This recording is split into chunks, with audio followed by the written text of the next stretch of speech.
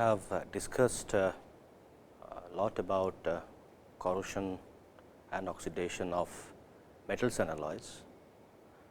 Now, we will also briefly discuss about the degradation that happens in case of other materials other than metals and alloys.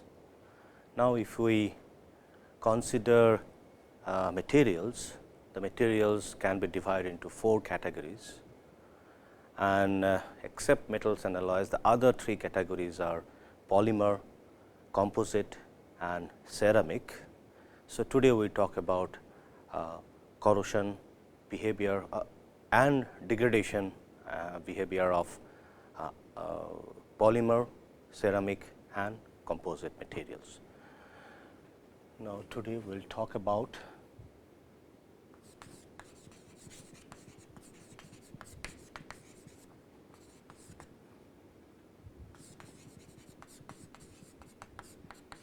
composite, polymer and ceramic.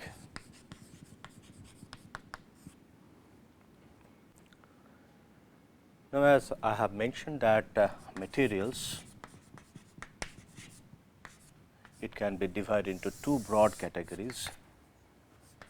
One is metals, alloys, and then this side we can broadly say that these are non-metallic, and in the non-metallic we have 2 sections. One is ceramic, another one is polymer. Now, we have one more variety, that is composite, and composite is a mixture of so we have composite, which is another variety, and that can be formed by metal, or it can be metal ceramic, or it can be metal polymer, or it can be polymer ceramic. So, the composite material would have combination of metals, alloys, ceramic and polymer. So, this also constitutes one more variety in materials. Now, if we talk about the corrosion behavior of composite, so if we come to composite corrosion, then few composite material, then we will first talk about corrosion behavior of ceramic material, corrosion behavior of reinforced concrete. Now, reinforced concrete is basically the combination of concrete and reinforced rod or reinforced metallic mesh. So, the reinforced metallic frames that take care of the tensile component, which is put on the reinforced concrete part, and the concrete, it gives you the compressive nature. Now, before coming to this, we would like to define what is composite. Composite is actually a combination of one or two or more materials, and in that composite, these 2 or more materials, they will also have their individual physical nature. So, if we have a composite like this, so let us say this is my composite. So, where we have this is my second material, this is material 1, this is material 2. So, this forms a composite where we can easily physically see this part is there as well as this part is there in the composite, but in combination they will enhance the property of the material. So, the composite will always have improved properties. Let us say for example, in case of if we consider the strength property, the strength if we have lamellar composite like this, the strength in this direction would increase. That means, we can if we have this material, if it is having some elastic modulus E 1 and this one has some elastic modulus E 2, then the overall composite will have better E 3. So, that way the composite has advantage. Now, while considering composite corrosion, let us first discuss the composite corrosion of reinforced composites.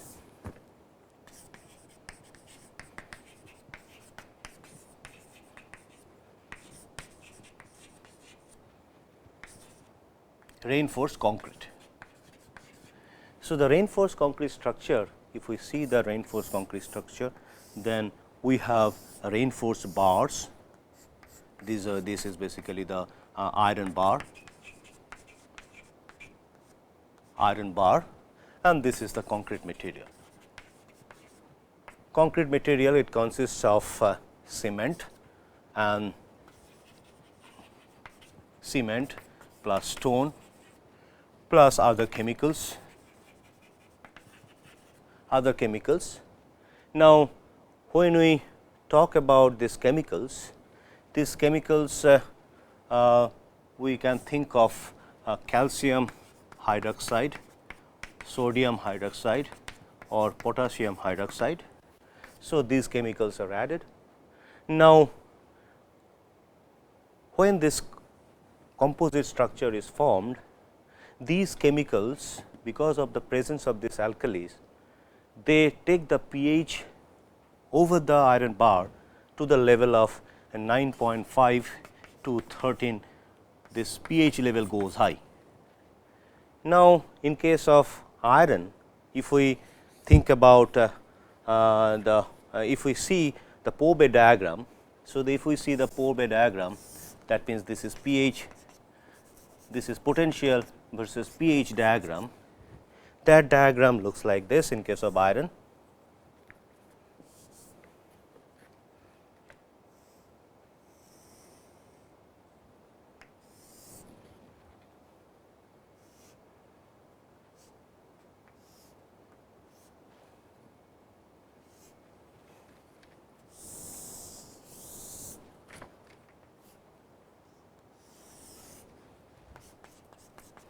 So, this is the pH diagram of iron, where this part is iron, this part is iron plus and then here iron plus 3.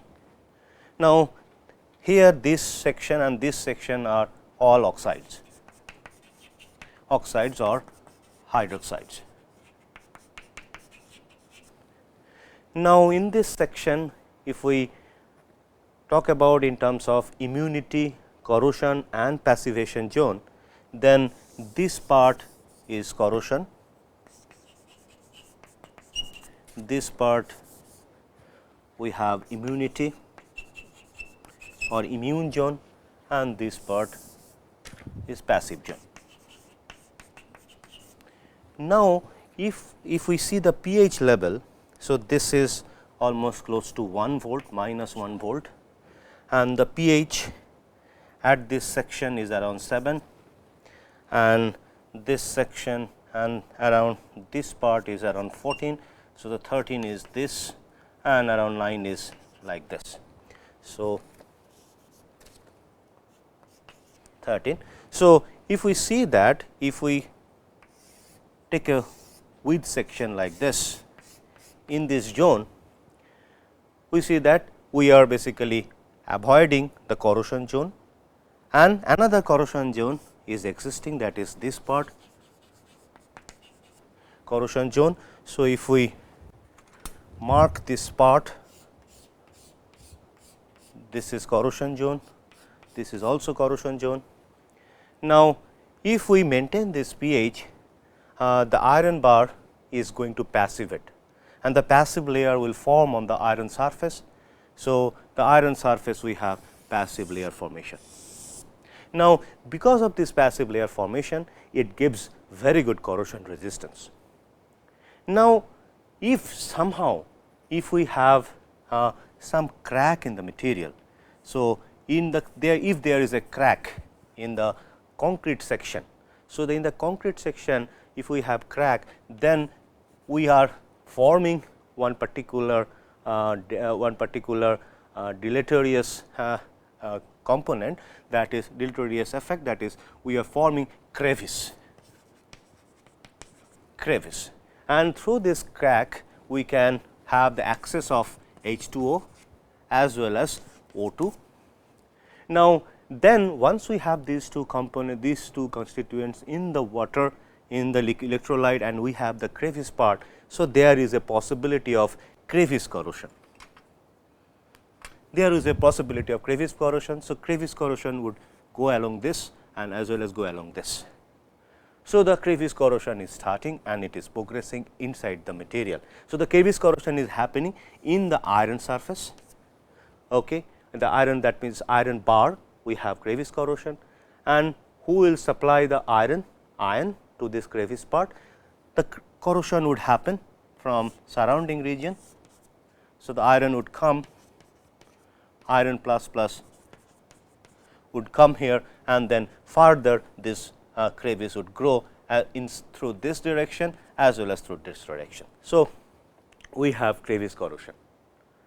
That means, and but still if we see the pH level here, the pH level would not maintain at 9.5 to 13 pH level. So, if we see that there is a reduction of the pH level to 7 to 8, then we are not having any condition. For example, if this is the section, this is the potential zone where we have this part we are maintaining at 9 to in between 9 to 13 pH level, but if we come to 7 to 8, we see that this zone we have corrosion. That means, that if somehow the pH level goes down, or if we have a crack in the concrete, there would be access of this O2 or H2O to this, or there could be another possibility, if we have chlorine ion in addition to this, that could lead to localized pitting, and that localized pitting can result local breakdown of passive film due to this chlorine ion. So, that would also corrode the iron bar. Now, if we have the corrosion in the iron bar, the overall structure would lose its strength, and if it loses its strength, then there could be breakdown in the concrete structure. So, now how we would experience this breakdown in concrete structure? What could be the overall mechanism for this breakdown in the concrete structure, and that could be related to two main causes. One cause would be two main causes.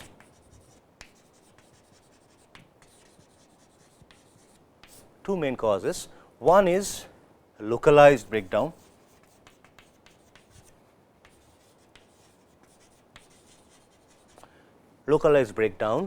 of passive film,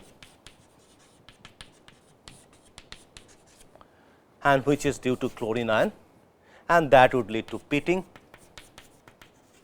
So, that could lead to a breakdown, lowering of the strength of the iron bar and overall concrete structure.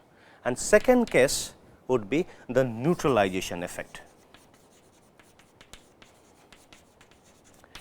And neutralization effect, how it could happen? What does it mean this? What does neutralization mean? That here since we see that in the concrete structure we have calcium hydroxide, sodium hydroxide as well as potassium hydroxide. Those hydroxides are alkaline, and then if we have some sort of chemicals which neutralizes that alkaline, who will neutralize this? In the environment, we have CO2. Now, this concrete is permeable. Whatever way we make, concrete would always be there to permeate things through that. So, CO2 can permeate through the concrete layer, and it can reach to the iron surface, that bar surface, and then this CO2 can react with CaOH2 and then can form CoCO3 plus H2O. Now, in this case, if we see carefully that the alkaline is getting neutralized by the because of the presence of CO2, and then we are forming a neutral carbonate. And because of this neutralization, what happens? Initially the pH level is 9.5 to 13. Now, that level goes down and it reaches to 7 to 8 pH or maybe 9 pH level. So, now in this range we lose overall passive layer. So, that means there could be further corrosion effect on the iron bar on the overall surface. So, the neutralization effect is because of the CO2 presence. And now, the what could be the localized breakdown? Localized breakdown, once we have this carbonate formation, and then if we have chlorine ion, that chlorine ion can get in, and chlorine ion can locally decrease the pH level. So, locally pH level would go down, and the local at the pit region, at the pit portion, this pit portion we can have huge decrease in pH, and this pit section the solution can become acidic, but overall other surfaces there the pH would be maintained. So, that means we have the local reduction in pH which can become acidic, and that part we have already discussed in case of pitting, how chlorine ion leads to increase in acidity in the pit region. Now, this neutralization can also happen in another way. For example, we have this concrete structure, and here we have the bar, here we have the bar. Now, we have water, presence of water if we have, then this water is on the surface section, we gradually it can leach out those calcium hydroxide, potassium hydroxide or sodium hydroxide. If there is a leaching means it takes this calcium hydroxide or potassium hydroxide into the solution. So, the overall alkalinity of this section decreases, and if the overall alkalinity decreases, the maintenance of passive layer would be difficult. So, that would also lead to corrosion of reinforced bar. So, now once this happens, once this thing happen, then we have one more particular phenomena that is called a concrete cancer.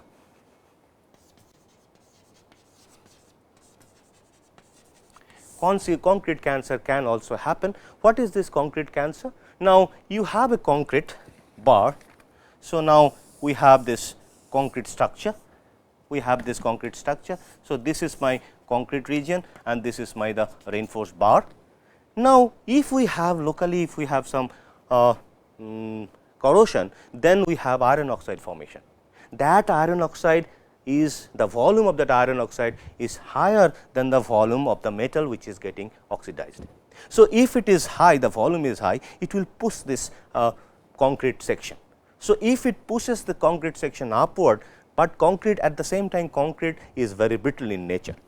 If it is very brittle in nature, there could be crack formation. So, there could be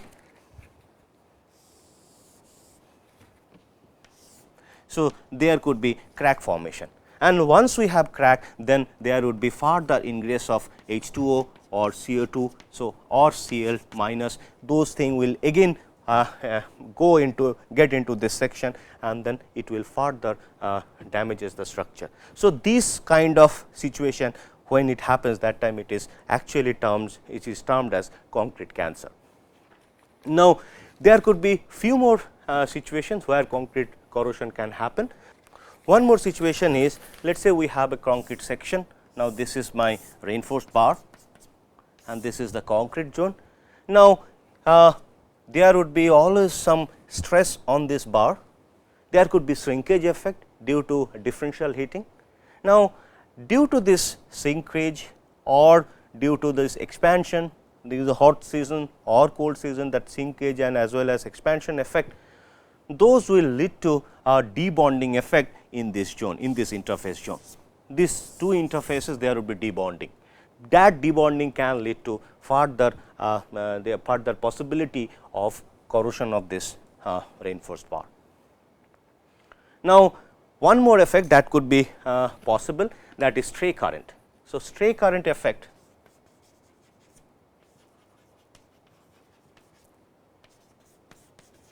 see, if we see the strain current effect, let us say we are running a locomotive. So, if we run a locomotive, this is the wire. So, this is my locomotive.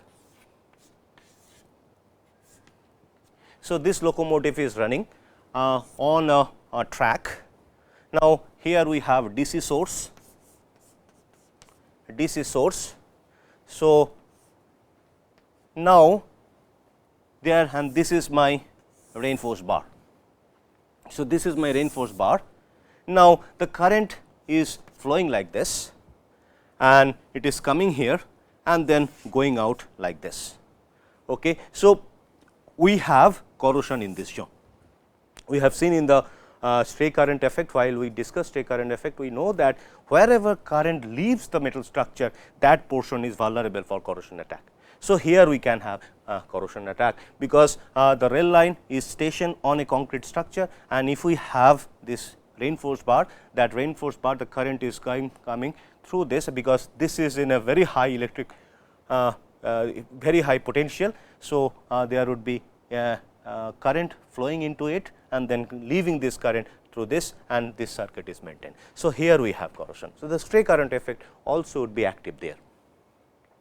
Now, in brief, these are the corrosion phenomena in concrete, and concrete mainly the reinforced bar, the corrosion can happen like this. Now, how we could protect? We can protect reinforced corrosion, reinforced concrete corrosion. So, the protection routes are, so how we could prevent, we can prevent corrosion of concrete corrosion, that is, one is, this is prevention. One is somehow if we can make the things dry.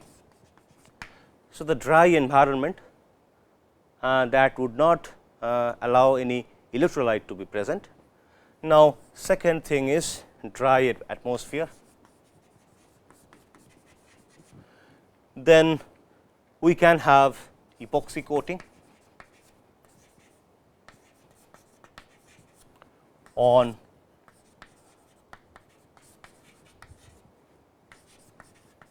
reinforced bar. We can think of improved material, improved steel, maybe which is having a stainless property.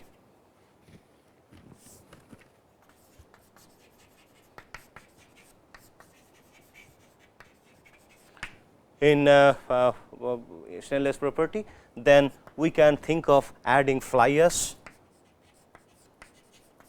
into the concrete mixture. So, if we add fly ash in the concrete mixture, what it does, it reduces the pores in the material, or it makes the concrete very compact. So, if it reduces the permeability,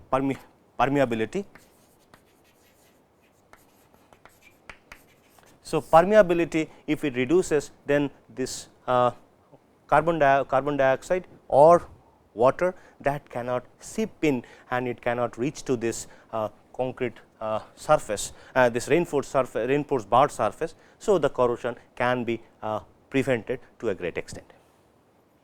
So, these are in common, there are other techniques. So, these are the common techniques how we can prevent corrosion, or we can control the corrosion of reinforced concrete. So, we can also have corrosion in case of metal composite or metal matrix composite. So, the metal matrix composite, we can think of one example. So, in case of metal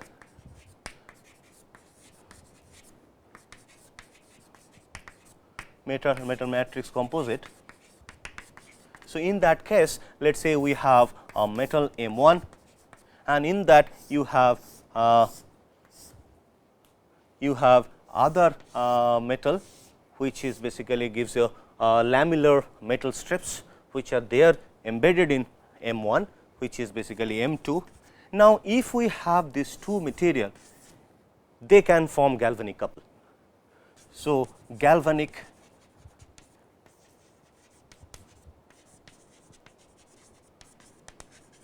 couple formation, and the material which is anode there, that could corrode at a higher rate. So, this is one example is tantalum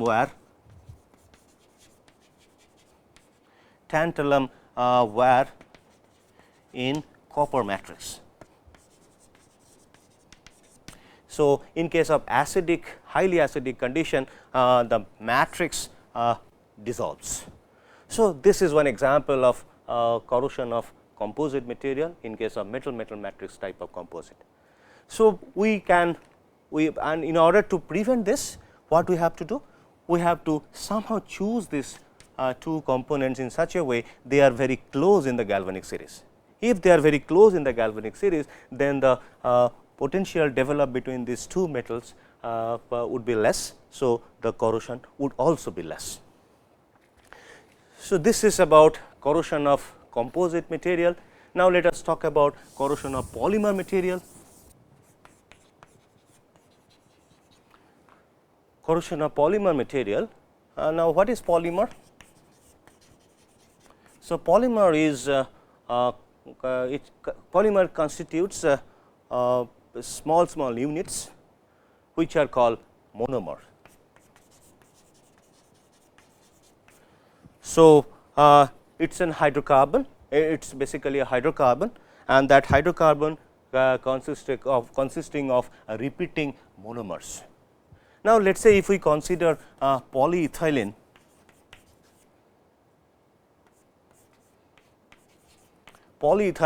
its structure is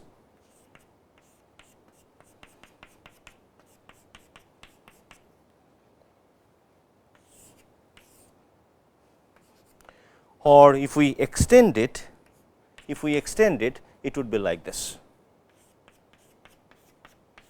Let us say 4, and this is my smallest unit, and if we have this 4 Mars that are connected.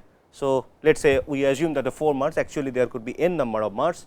So, H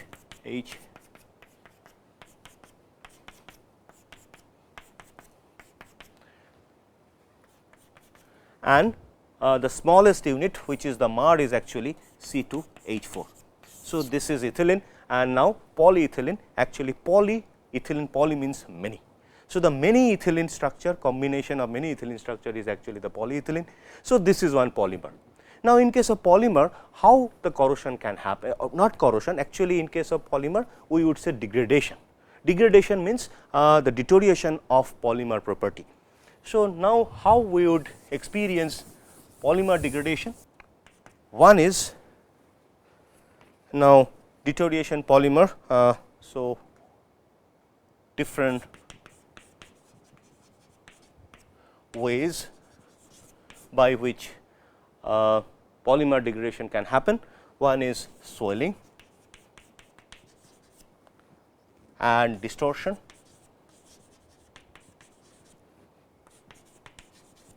Then we have bond rupture, and this bond rupture can happen due to radiation,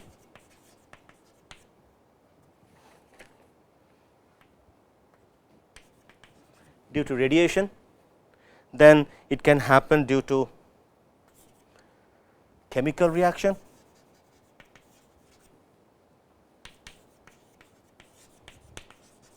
or it can happen due to thermal effect.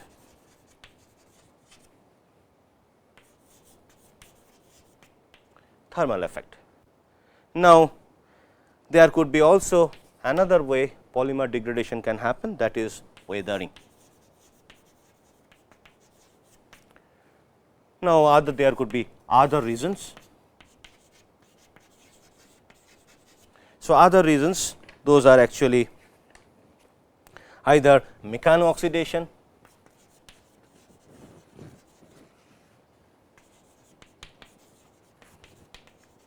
or it could be ultrasonic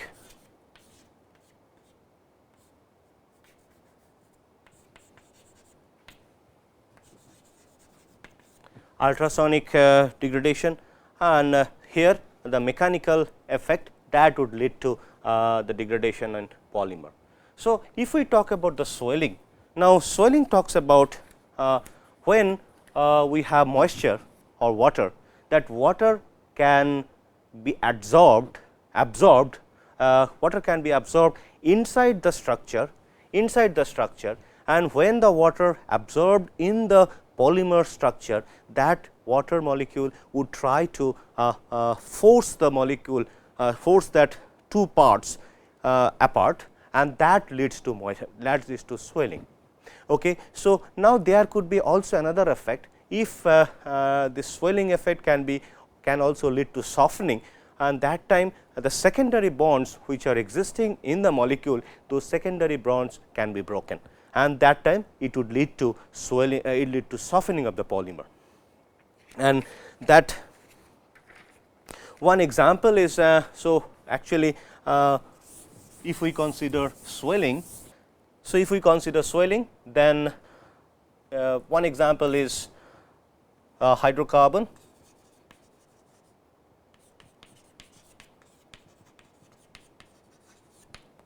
Example of swelling, one is this hydrocarbon rubber.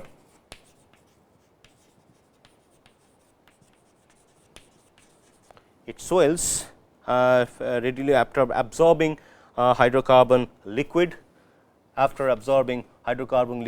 like gasoline.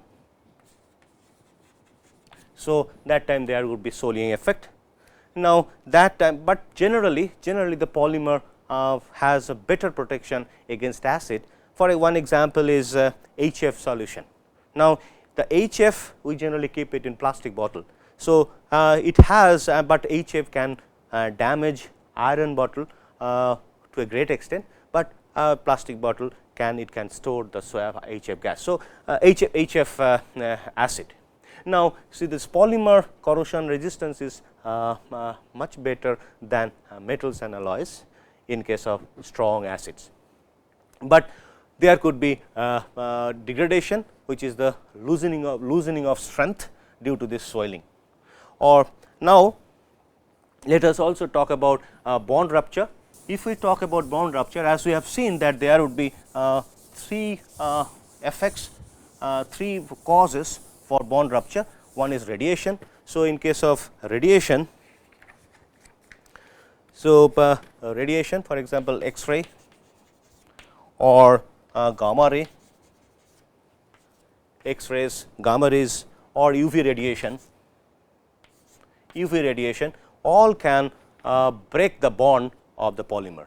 So, if we have a long chain polymer and if it breaks the polymer, then it loses several properties. It becomes brittle, there could be discoloration,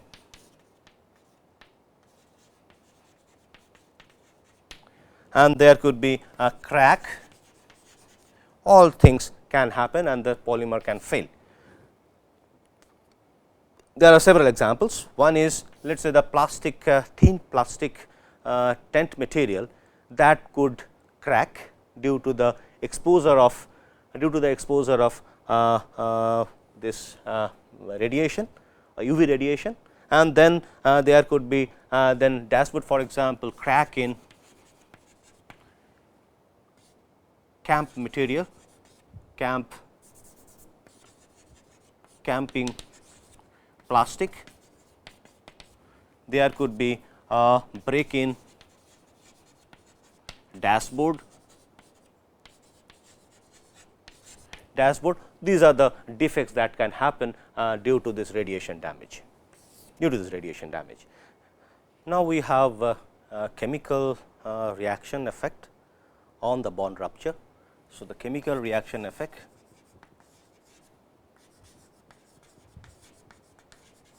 so, if we have the presence of ozone or oxygen, that those things can break or rupture the chemical bond for a long chain polymer. So, one example is, let us say in case of vulcanized rubber,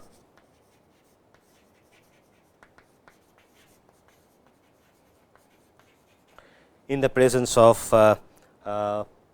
O3. So, if we see the rubber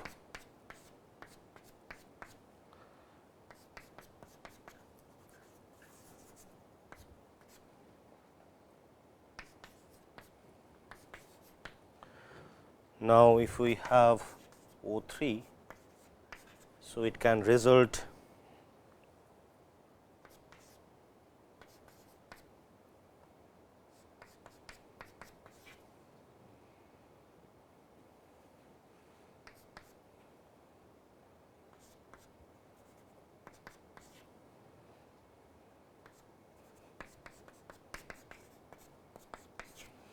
so it breaks the rubber. So, this is one example, and this effect would be more prominent in the area where we have smoggy atmosphere and where we have the presence of ozone to a great extent in the environment. Now, third thing is thermal effect. The thermal effect, if we consider the thermal effect, if we increase the temperature of polymer, if we put it at a higher temperature, there could be chemical reaction, there could be breakdown as well as gas formation. Now, one example is polyvinyl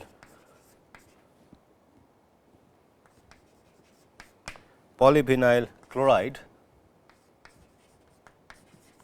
and if we heat this, so that time it color changes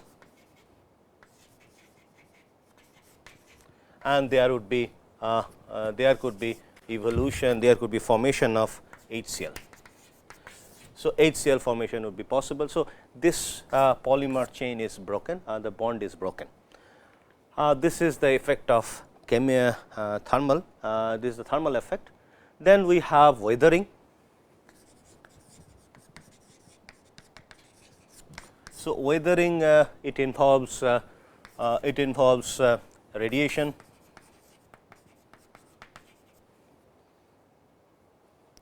then it can involve moisture, O2, O3, or there could be sunlight. So, those can degrade the polymer. There could be effect of bond seizure. Bond seizure, actually the two bonds, if you have if we have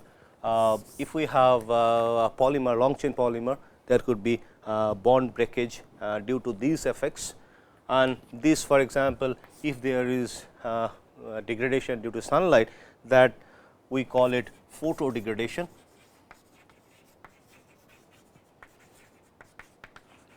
So, this way also the polymer can degrade. So, this is about degradation of polymer. Then we have degradation of ceramic. So, if we consider degradation of ceramic, now ceramics are generally corrosion resistant, and the ceramic only forms by metal, by the reaction with metal and non-metal, and there are many ceramic materials. One example is glass. Glass is more or less resistant to moisture, and one example is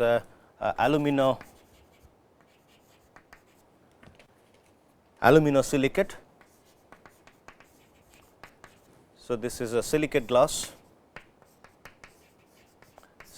variety. So, aluminosilicate, this is resistant to water, but this is not much resistant to acid. So, acid resistance is poor, acid resistance is poor. Now, we have one of the best silicate. Window glass is also resistant to water, and now we have one best silicate glass, which is borosilicate. Borosilicate, that borosilicate glasses are very much resistant to acid as well as bare alkaline material. Now, we have acid brick, another this is one variety. Then we have acid brick. So, the acid brick can we use the acid brick can be used for a storage tank, the lining of a storage tank. So, the lining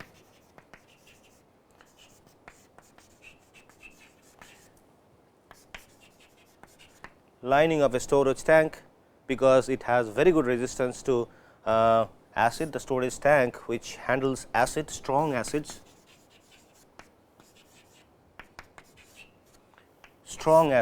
there we can have this acid brick lining. Then we have earthenware.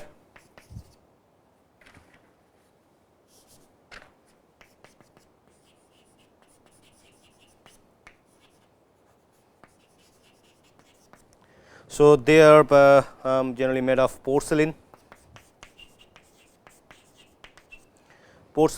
material, mixture of clay plus silica as well as feldspar could be there. So, the porcelain is one example that also has a relatively good resistance towards against this acidic acids. Now, concrete is one example. Another example is concrete. This is also a ceramic, and this has this can corrode in acid medium. So, acid medium, this can corrode.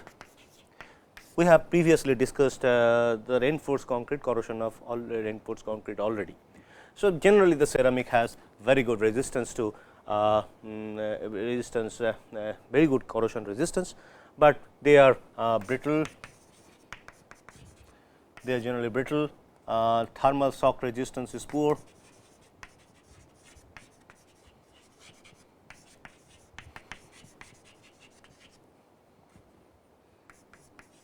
Poor thermal shock resistance, but they can their melting temperature is very high. Melting temperature is very high. So, the ceramic material can be used in handling many of the hot acids, strong solution, strong corrosive solution. Okay. So, the ceramic material in general has very good corrosion resistance. So, now we have talked about in brief the corrosion behavior, or rather degradation behavior of composite, polymer and ceramic in very short, in a very brief manner. Now, we see that till now what we have discussed over last 40 lectures, we see that it involves a lot of scientific understanding, thermodynamic understanding, kinetic understanding, and also we need to think about what are the reactions that are going on. So, those all together can lead us to understand the corrosion mechanism, and then once we understand corrosion mechanism, then we can think of the protection routes, and judicially we can decide different protection routes, and finally of course, it would because it has a lot of implications on the economy of economic implications. So, before concluding this particular course, we have already concluding this course, we have already seen that this corrosion or the degradation, it involves a lot of material loss. It involves a lot of materials loss, a lot of property loss, a lot of material can be material need to be replaced time to time, and there could be expensive protection methodologies, and finally, it lead to a lot of it involves huge money, huge money. And now, one example is we have cited many few data. One more data, if we see that in case of direct cost. So, direct cost in India 1984-85 data, it involves around rupees 4076 crore, and there could be indirect cost or avoidable cost. Avoidable cost means indirect cost, because the direct cost, for example, the material is has collapsed. Then we can replace that material, and then because of that failure of the material due to corrosion, that particular structure is held up, or the particular operation is held up for some time, and that time we have a lot of productivity loss, and that loss is actually coming under indirect loss, and that can be avoided if we take care of the initial corrosion of the material. So, that time this loss is coming out to be around 1804 crore. So, if we consider this huge money, and that time it was coming around 2% of Indian GNP. So, India's GNP. So, it is a huge loss of money, but if we consider only the loss of money, the story does not end here. Now, it involves it impacts the society also. Now, how it impacts the society? Now, let us have some examples how it would affect the society. Now, first example, if we see one example is the failure of Thane Bridge in 1984.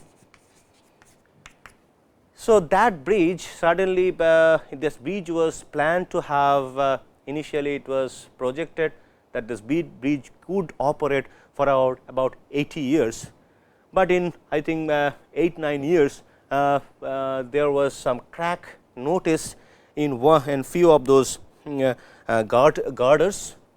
girders, and that girder corrosion actually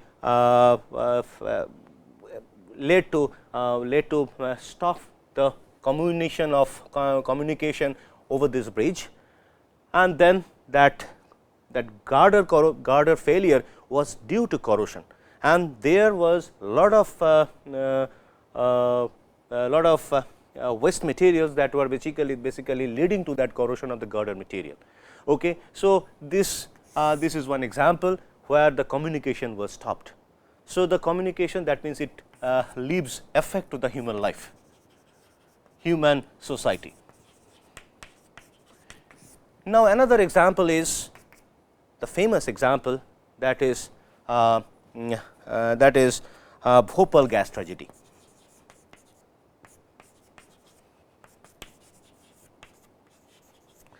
Bhopal gas tragedy, it was in the year 1984, and this is in 1981, this Thane bridge failure. And Bhopal gas tragedy, in the morning time, there was leakage from Union Carbide. That leakage there was a leakage of toxic gas, and that gas was called MIC, which is methyl isocyanate, and that MIC killed thousands of people, and till now the data says around 30,000, close to 30,000 people died because of this toxic effect of this gas. And the greater part of this disastrous story is many infants took birth with disabled organ, and that basically this gas tragedy, one of the causes was corrosion of pipelines. So, it is not only cost, it is actually taking the lives of people, as well as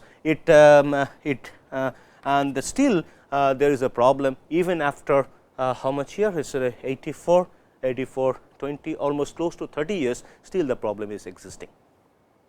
So, this is another tragedy. Third example is, this is basically it happened in Panaji.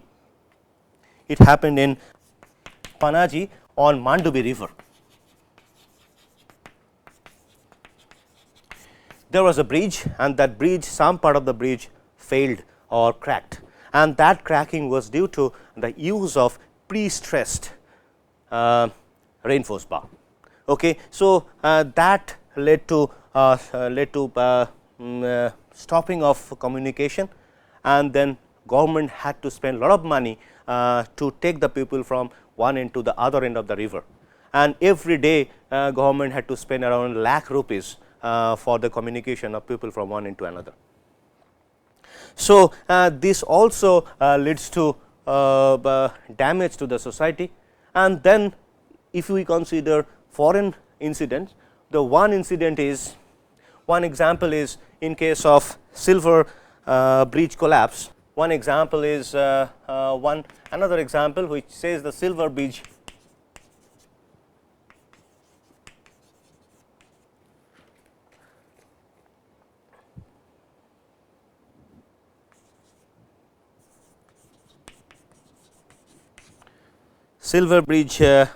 collapse at Ohio. So, that killed around 40 people. So, we see that it is not about cost, it also talks about the lives of the people, it is taking lives of the people, and it also leads to hinder the human human communication. Okay. So, we have to be aware that the corrosion study is important.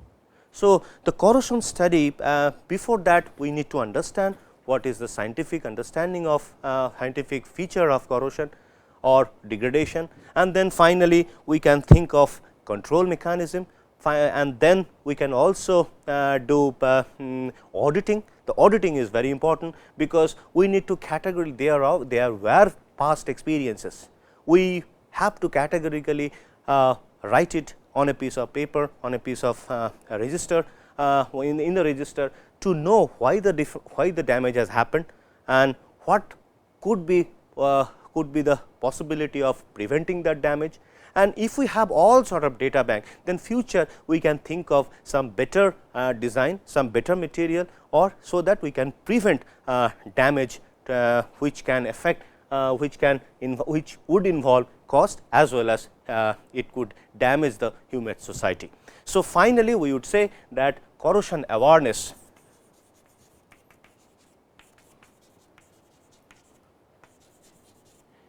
is necessary. Thank you.